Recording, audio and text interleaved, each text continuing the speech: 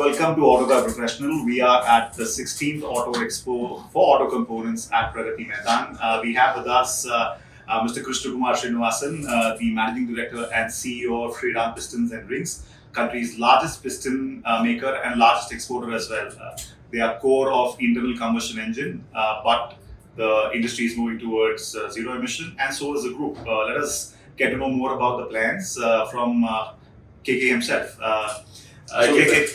KK, help us understand.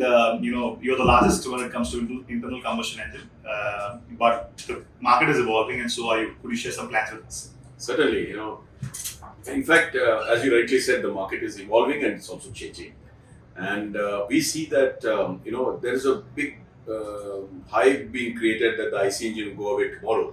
But frankly, it's not going to happen. As you can see, the IC engines is here for some more time. And we are hoping that the transition will happen very smoothly as the infrastructure is getting built in the country.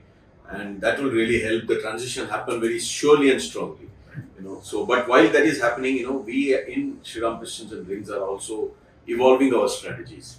We want to ensure that we are there to service both the internal combustion engine as well as all the other new powertrain solutions that are found for the country.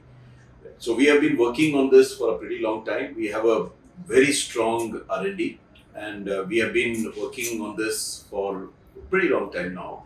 As a result, that we have solutions for the hydrogen engine, we have solutions for the CNG engine, we have solutions for the LNG engine, and we have solutions for the electric powertrain. Wow. So recently we have acquired a company called EMFI, and we have acquired majority stake in this company, and we are hoping that along with the management that is there in EMFI, we will be catering to the entire spectrum of mobility, as they call it. We right from two-wheelers to three-wheeler applications to commercial vehicles to passenger cars.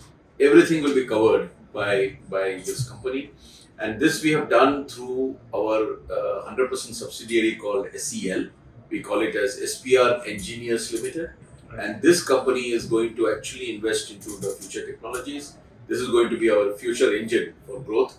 And we have very strategically, aligned our resources to see that we are able to invest into very core areas, primarily with a focus on technology, to be able to service not only the internal combustion engine market, but also the electric powertrain markets. So this is going to be our future, and we are very excited with all that is happening in the country as well as in the overall landscape in mobility. And we feel that we are well positioned today to be able to service this. So you thought that you needed a dedicated entity in order for you to have that smoother transition. And what's your view about the penetration of cleaner vehicles or zero emission vehicles in the future? And there's also need for one to evolve the internal combustion engine to the next level as well. So help us understand the role of clean vehicles in the future, and how are you going to make the internal combustion engine better? Surely. A very interesting question though, I must admit. So first and foremost, let me answer your first question. Why did you require a new engine for this? Primarily we felt that it is, with the kind of, solutions that we are looking at and the diverse applications that we'll be going after, it becomes necessary for us to create an engine which is very favorable for that kind of a growth. Right? And so we decided to have this SEL so that we'll be in a position to invest into multiple areas, not restricting ourselves to the kind of business that we are doing today. And that was the logic with which we went. It's a 100% subsidiary. It's an 100%. It's a dedicated. It also gives you a specialized, focused approach towards the cleaner vehicles. It does. So we will have a kind of a management team which will be very, deeply focused into driving that, business, and that's how we'll be able to get the growth. Right. So that's the reason why. What's the penetration? Do you see internal combustion engine and electrification? Yeah. And are you making your, are you developing technologies to make ICEs better to meet the new surely. knowledge? In terms of penetration, this is a figure which is, I think everybody is throwing a figure in the air on this. But frankly, we, with a lot of studies that have been done by various agencies, and we have actually collated all these data. And, in fact, it was one of the main thing that we did as a business plan for our EMFI acquisition. I can tell you that we expect a penetration of almost close to anywhere between 25 to 30% by 2030. Now, when we say 25 to 30%, it will be different in different segments of the market. True. I think probably the two-wheeler will get slightly more affected. You know, we are expecting it to be somewhere closer to the mid 30s or very close to the 40s. But the passenger cars will be slightly lower and the commercial vehicles will be further lower. This is the way we think the penetration will happen. But while this penetration is happening, we still expect average CAGR of around anywhere between 4 to 5% of the internal combustion of the vehicle industry. vehicle industry. So as a result, what is going to happen? Even if I fast forward and take this 5% CAGR to 2030. to with a 3.5% kind of a penetration that is there in passenger vehicles in the Indian households. We expect that this growth 5% is a very very nominal and a very pessimistic kind of a growth figure. But if we take that figure, then we are talking about a possible growth of the industry, to numbers which will probably offset this 30% penetration that will happen this. Right. So we don't expect the IC engine to go away. We expect it to, I think it is going to be a arena where all these mobility solutions will coexist at the same time. Do you want to be the last man standing when the last internal combustion engine is made and your piston rings are available? We have in fact already made a statement Right. to that effect, Ketan, and we have in fact said that we will service the last IC engine that's made globally, anywhere in the world. So we will continue to invest in our IC engine solutions. That is why I said that we have already got solutions for the hydrogen engine, we have solutions for the LNG and CNG engines, we have various other applications. How much are you going to be investing on this new entity which is going to focus purely on the green energy, and what's the potential business opportunity that you see, say, in the next 3 to 5 years? Yeah. So the investment, will vary depending on the kind of industry that we go after. But for sure, for example, in the electric vehicle solution that we have done, the figure is already known. We invested almost close to around 80 crores of rupees, and we are going to further continue to grow the franchise there. We'll continue to invest there, and of course, we are looking at other solutions also. So depending on the need, we will make all the arrangements for funding, and SEL per se will also be able to stand on its own legs to reinvest once all these business solutions find a fairly good grip in the market. What is the potential business opportunity for SEL? I mean, how big a size or what share of total business do you expect SEL will make up for in the future? Yeah, well, currently EMFI, if you take, which is a part of SEL, is having close to around, in the hub motors, they have close to around 30% market share. Right.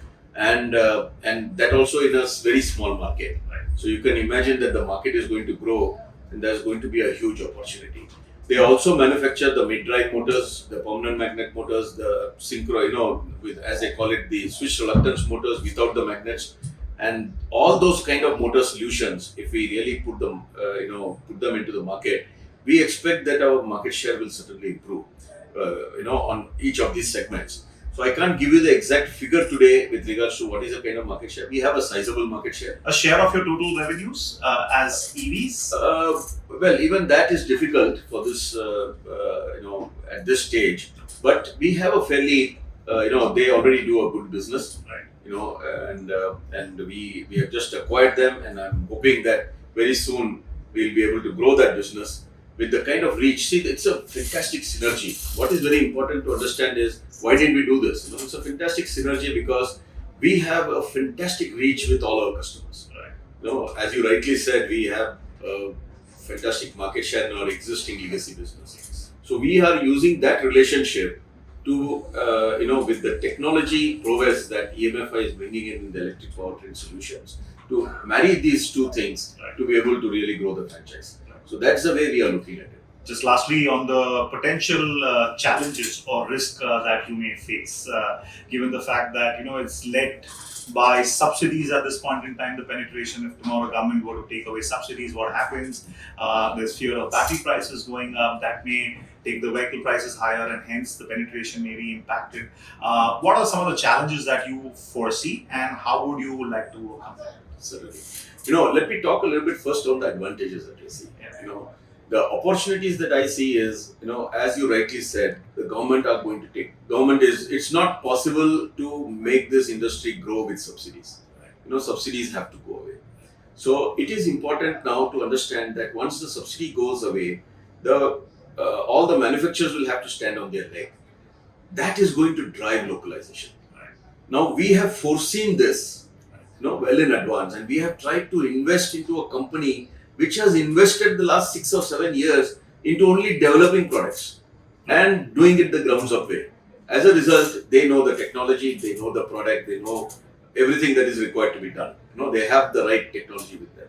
As a result, we feel that we will be the one to get the maximum benefits once the subsidy goes away, because most of our customers will run for cost competitive solutions. Do you think that's going to be your edge? That's going to be a big edge for us. I think that going to be heavily localized. It is fully localized. So almost more, except the magnets, we don't import anything. Fantastic. So it's around 85% localization, and that I don't think in the country today anybody else is having this big edge that we have today.